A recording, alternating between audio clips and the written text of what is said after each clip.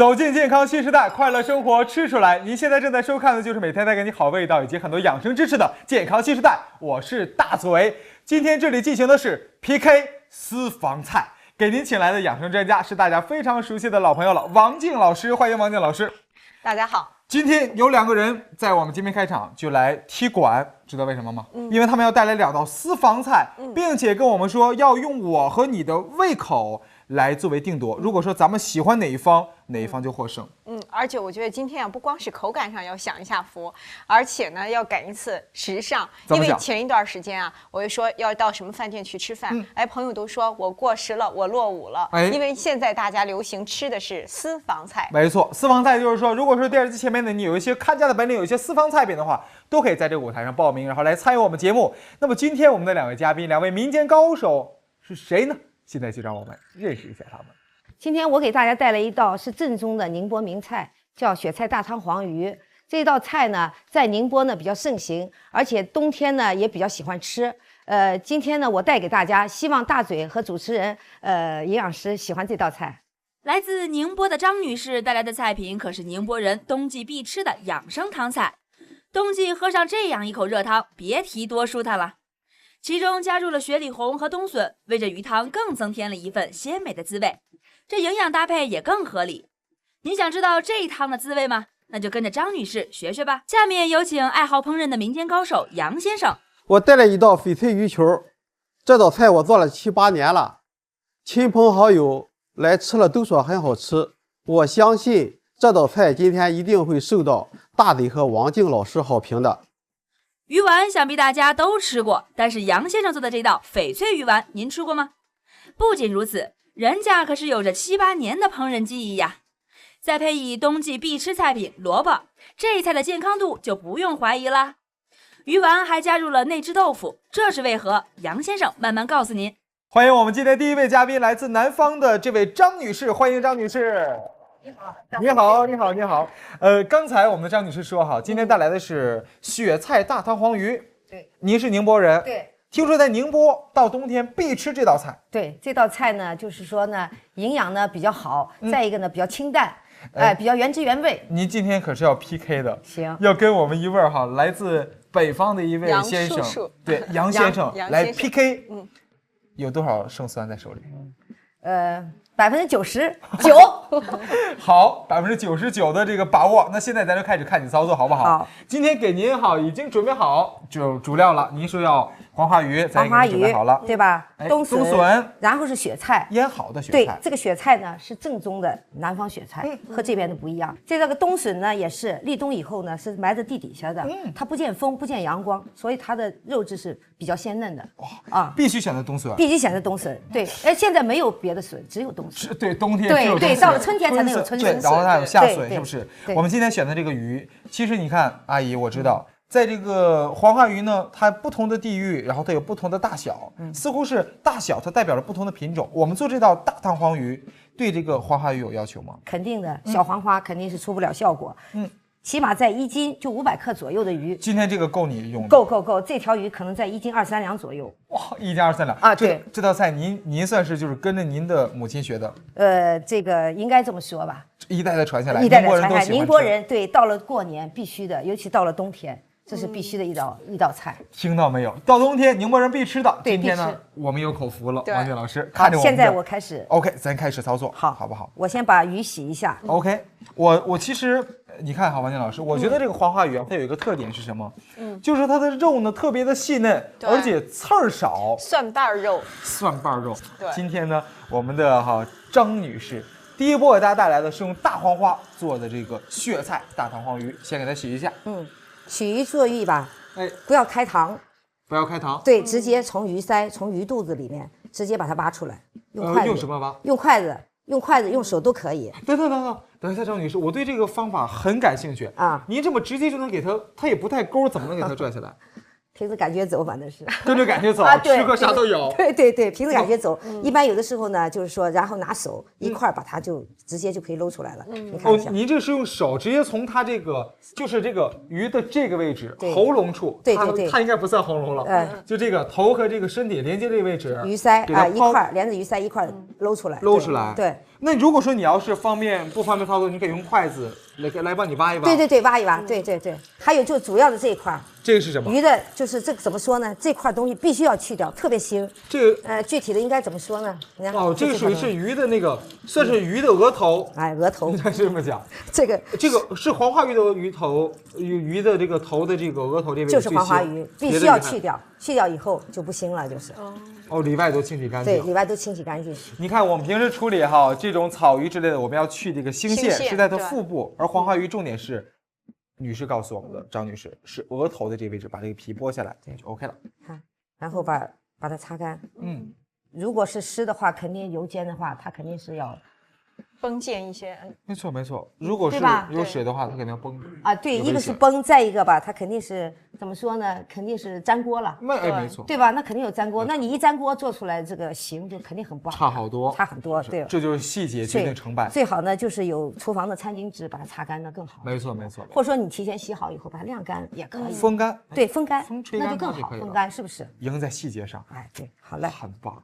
好，我们这边黄花鱼已经清洗好了，一定要记得其实好像是在南方宁波一带，人们忌讳把这个鱼开膛破肚的。对，开膛破肚嘛。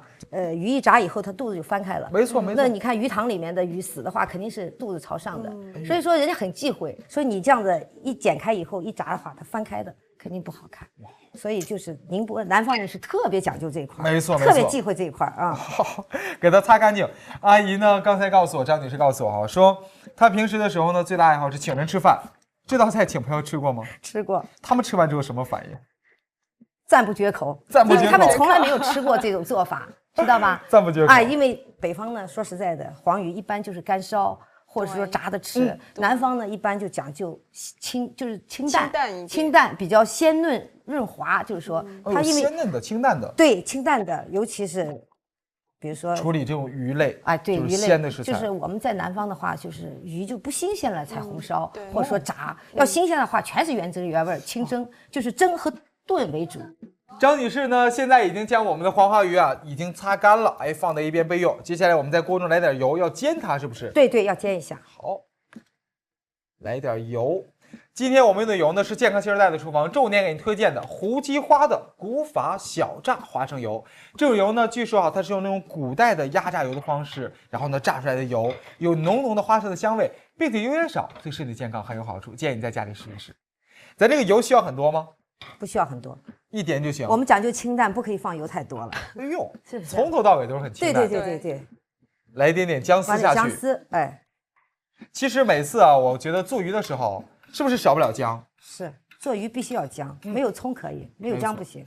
你看今天我们用的这个主要的食材我们的张阿姨带来的是什么？是黄花鱼。一说起黄花鱼，大家除了喜欢它细嫩的口感，其实它的营养也是不容忽视的。对，是不是？你像这个黄花鱼呢，它有2种，有大黄花鱼、小黄花鱼，而且呢，它和那个中国的这个带鱼呢，被称为是中国的3大海产。那大小黄花鱼的营养价值来讲呢，基本是相同的。没错。那最多的就是含有蛋白质，还有各种维生素，还有各种的氨基酸。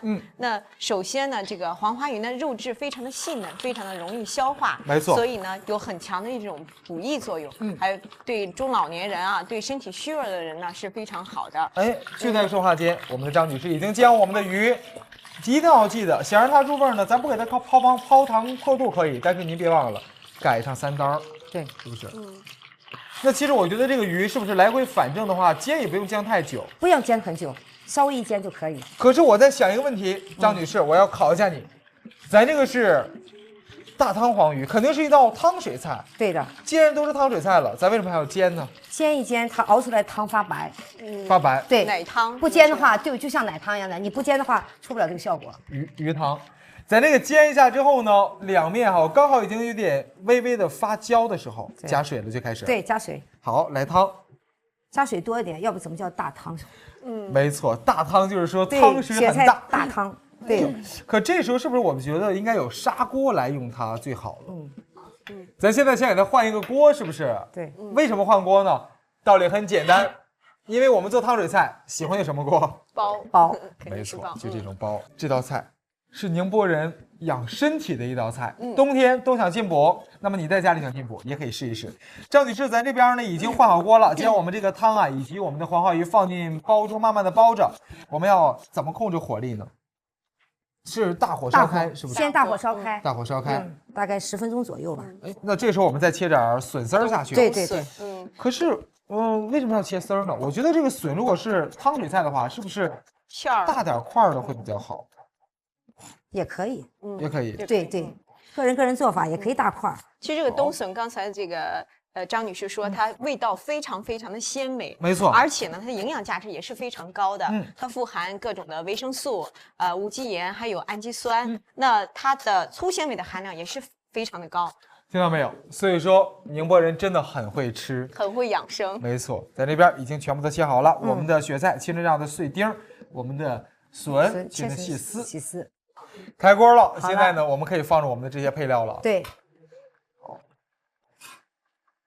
那其实我觉得张女士，咱之前的时候就可以直接把雪菜放进去，跟我们这个黄花鱼一起来煲，因为雪菜它不怕炖的，是不是？那不行，时间长了也口感不太好。咱们要它脆感吗？，对，要脆感，要脆感。要脆感。而且这个时包括笋丝间长了以后，这个雪里红会发柴，是不是？对对对，发柴哦，色彩也不好看。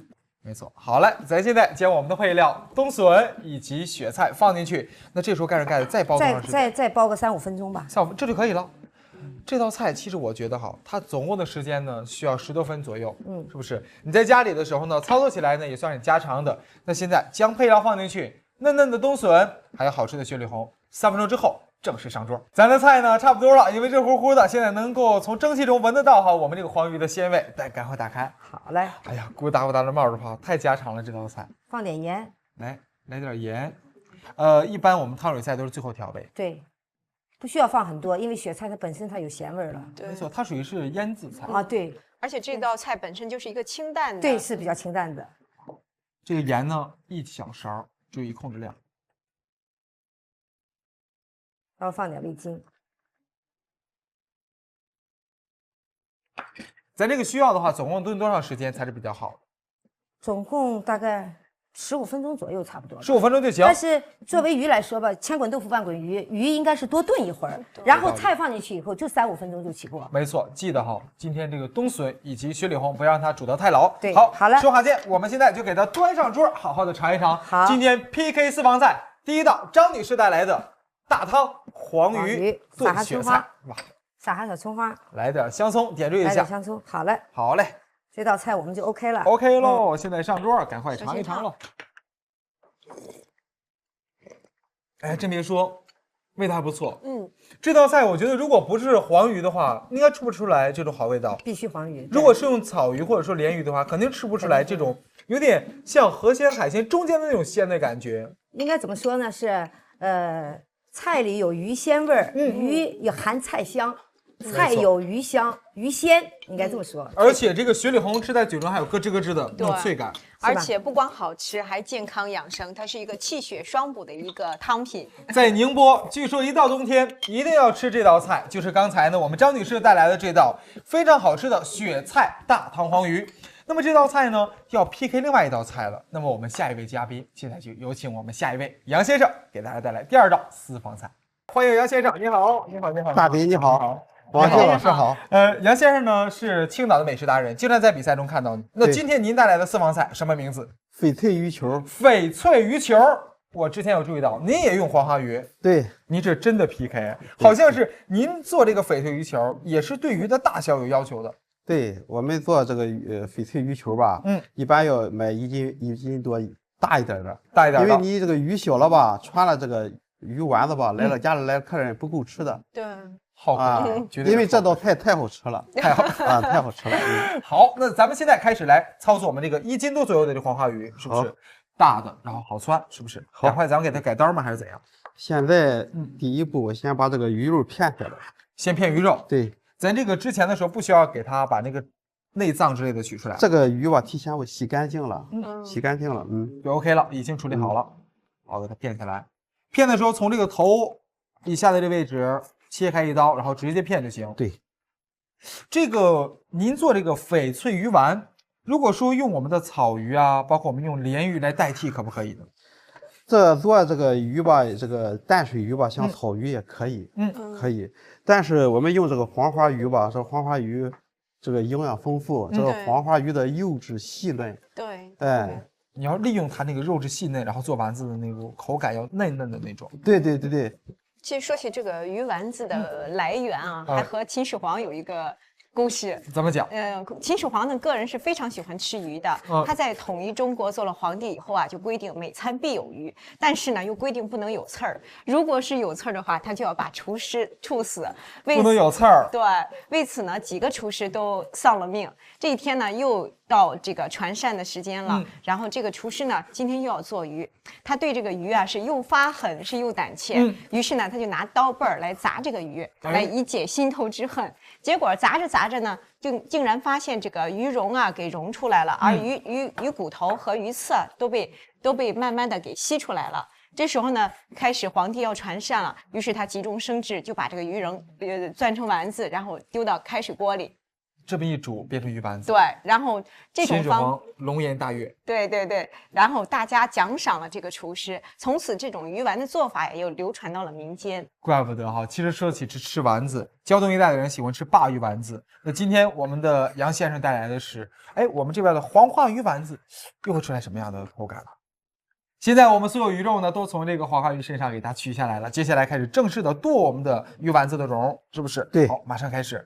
下面我再放上一点肥油标，加上这个肥油标吧，它这个传出的丸子格外的香，还没有腥味儿，还有营养。这是它的法宝，是不是？法宝，用点肥肉标，可会不会有点腻？一点不会腻的，不会腻。哎，对对对，少放一点。好。OK， 咱现在呢就把它也是切碎，然后之后呢，包括我们的这边的鱼片，然后呢也给它切碎，两个混在一起，切成一个鱼蓉就可以了。好，下面我再把这个鱼肉里边加上一点内酯豆腐。内酯豆腐加内酯豆腐的目的是什么呢？因为这个鱼吧和这个豆腐搭配吧，它比较合理。对，特别是我们这个内酯豆腐吧，像这种内酯豆腐是属于南豆，是最好的。嫩嫩的啊，对，它不但有营养吧，这个老人、儿童都吃了对身体和这个鱼搭配起来，吃了这个鱼丸子有一种特别香的味道。特别香的味道，吃了以后你是会回味无穷。是，那肯定是很多朋友都喜欢吃。对，太好吃了，就是太好吃了。我用语言没法形容，语言无法形容了。对。OK， 那好，一会儿我们看看，我们给你形容一下，究竟出来什么味道。但是咱先给这个内酯豆腐取出来，是不是？咱就把这个豆腐和鱼还有肥膘一起来剁碎，然后变成一个大丸子，是不是？对。也就是说，今天这个丸子里面呢，不仅有豆腐，还有鱼肉，还有什么？还有那个肥膘，算是一个创新的丸子搭配。好了，在这边处理一下我们的鱼蓉以及我们的豆腐。那我想问一下杨先生，您看哈，这个鱼肉和我们豆腐的比例有没有要求？这个鱼肉会根据这个鱼肉多少加这个内酯豆腐。这个一般的你就是基本上就是6:1。就是鱼肉要6，然后我们的豆腐要1。啊，对，因为你加太多了吧，到时候它往不成丸。对，就泄了。我们给它放上这个，就是主要调它的味，调味道，去鱼的腥味。这个是您自己无意中发现的？这是我这道菜我自己独创的，创新的。创新一共7、8年了。就是7、8年前就已经把这个菜研发出来了。对。其实我觉得不光是一种口感上的创新，而且也是一种营养上的一种创新。没错。现在就开始正式的剁我们这个丸子了。剁的时候是不是需要好大块的让它变成碎成那种？对。好了，现在开始大块的剁。说话间，我们的杨先生呢已经将我们这个鱼蓉呢已经剁好了，剁到什么程度是恰巧我们今天要用的感觉。你这个剁鱼蓉的时候吧，你就把它剁，你感觉就是这个鱼就已经成了蓉了，就很碎了，那就好了。好，现在我们来一点点鸡蛋下去，全蛋吗？不，给它来一个鸡蛋清行。只要蛋清就好了。光有蛋清，主要是考虑是颜色还是什么？不是，加上这个蛋清吧，它是颜色它发白，再是传出丸子它比较滑嫩。这时候要再来一点点干淀粉下去。对，可是干淀粉会不会把它本身鱼肉中那个水分吸走一些，然后吃起来的时候会不会？不会，就是不会的，不会的。我们一会儿还要加上点水。这个得用一个筷子，是不是？对，我们现在再给它放一点料酒。料酒，这时候加料酒的目的是加料酒为了去腥。来一点料酒，但是别太多，因为如果是料酒放多了之后呢，鱼丸子就不是白的了。少来一点胡椒粉去腥。都是去腥的。哎，对对对。但我有时候就觉得黄花鱼再少给它再放上盐，来一点点盐。这个盐也得咸淡的合适。没错。黄花鱼啊，相对来讲呢，它的腥味不是那么太冲。对，下面吧，我们就让给它上劲。我们加的水的时候吧，不能一下子加。要一点点的。根据上劲，根据这个鱼蓉的这个吸后，就一次放一点点，再上劲。然后根据手感。根据手感，对对对。这个感觉像什么？就像我们在家里做这个疙瘩汤。是不是水呢？是不能一次性加足的，对对对一点点来。对。可是我在想，咱这个水是不是不能放太多？这个分几次放你也不能放太多。放太多这个鱼丸你就穿不住了。你一定得跟着感觉走。对。你发现它有一点粘性了，然后呢，你就不要再放了，搅一搅，然后再来一点点，直到它整个我们这个鱼丸成那个一起粘连的状态就可以了。现在开始呢，还是反复的搅动它，我觉得差不多了。现在差不多了。下面我再少倒一点花生油。倒花生油，倒花生油的目的是倒花生油，这个鱼丸子是更香，但是不能太多，就这么一点点就可以了。对，一点点就行了。今天我们用的油呢也特别的好，是青岛胡姬花古法小榨花生油。那这种花生油有一个特质是什么呢？就是说它是用古代的那种榨这个花生油的方法出来的，这个花生油呢有浓浓的花生香，而且吃起来的时候呢对身体健康很有好处，建议你在家里试一试。好了。这就可以了。你看它的劲已经上很足了。锅中呢，我们烧着水，现在开始正式的汆丸子。这个方法得学着点啊。这个方法是不是手捏住它，往上一顶，这么一划一挤就出来了？我看杨先生要用那个汤勺蘸一下水，蘸一下凉水。蘸一下水，它这样它不粘。不粘。而且今天怎么是冷水下丸子？这个冷水下丸子吧，它这个到时候这个丸子吧，它熟的时候都是一块熟，你要是锅开了吧，你先放下去的丸子它熟了，后来放这些吧，它先放进去它就老了。现在我们下入这些呢，你发现哈，随着水温的升高，它们一起飘起来，是不是代表就成熟了？飘起来，锅开了就熟了。好，我看到哈，今天咱这个鱼丸呢叫做翡翠鱼丸。这个翡翠二字从何而来呢？翡翠，我现在学的这个。胡萝卜球和这个青萝卜球是之前的时候放在我们案子上的这些，对，是不是？特别这个是这个青萝卜球，所以我叫它翡翠鱼球。你看有青萝卜球、胡萝卜球，还有我们这边哈，这个就是平时吃的西灵美的这种萝卜球。那一般这个萝卜球是怎么削出来的？教我们大家做一个好不好？这个根据这个鱼球大小不用很大，也先把这个4个角，把4个角给它去掉，去掉。这个萝卜球做的这么圆，我以为是用工具做的，我还以为这是用机器削出来的。对，没想到是一个纯手工的一个活。哇塞，很棒哎！先把这4个角削掉，就是说给它削成一个圆形就可以了。对，把4个角去了以后吧，就成了8个角了。再把所有的角肉你是刀修成一个圆球就行了。没错，8个角，最后再一点点把这个边边角角给它修下去，圆球就可以了。我们锅中已经开了，这时候是不是我觉得我们的丸子现在已经成熟了？我们丸子好了，这个也学好了。好了，好，我们之前也准备一些萝卜球，直接放进去吗？我们不这样一块放锅。可是这个萝卜球是不是也需要冷水下锅？不然的话，它现在下进去的话，会不会不太利于成熟？这个萝卜球吧，你在家做的时候最好焯一遍水，焯遍水，这个鱼球熟了以后放上就行了。开锅以后，我们把这个佛沫，把上面的佛沫，把它用勺子把它撇干净了。撇干净。这个汤咱用原汤就可以直接喝的，是不是？对对对。我觉得这个翡翠鱼丸不光是这个鱼丸的营养价值高，我们加了翡翠球呢，也不光是这个颜色上丰富了，而且多加了很多的营养。一个大大的容器给我们的杨先生准备好了，好，关上我们的火力，现在开始出锅了。这个汤你看哈，它之前是清汤，但是因为煮过我们的鱼丸之后呢，变得有一点点白的颜色，是有一些油脂已经被煮出来了。好嘞，第二道菜出锅了，哇，小小的鱼丸子，这个汤呢是一点点淡淡的那种鲜的那种鱼汤的味道，对，但是呢，它这个鱼汤的味道并不是那种浓的鱼汤，非常的清淡，非常的爽口。没错，但我觉得这个鱼丸子吃在嘴中的时候呢，并不是我想象中的那种，可能说很紧的那种，是那种有一点点颗颗粒粒的那种鱼的肉在里面的那种丸子。对。现在呢，我们比赛最后的一个成绩呢就要出炉了，我们也请回来我们的张阿姨。那么这样，王佳老师，咱们做一个公平公正的裁判，认为谁好，咱举手好不好？首先，我们第一位认为我们今天张阿姨的这道菜，雪菜大汤黄鱼做的比较不错的，举手。呀，跟我想法一致啊。那么认为我们第二道菜，我们今天杨先生带来这道非常好吃的翡翠鱼球比较好的，请举手。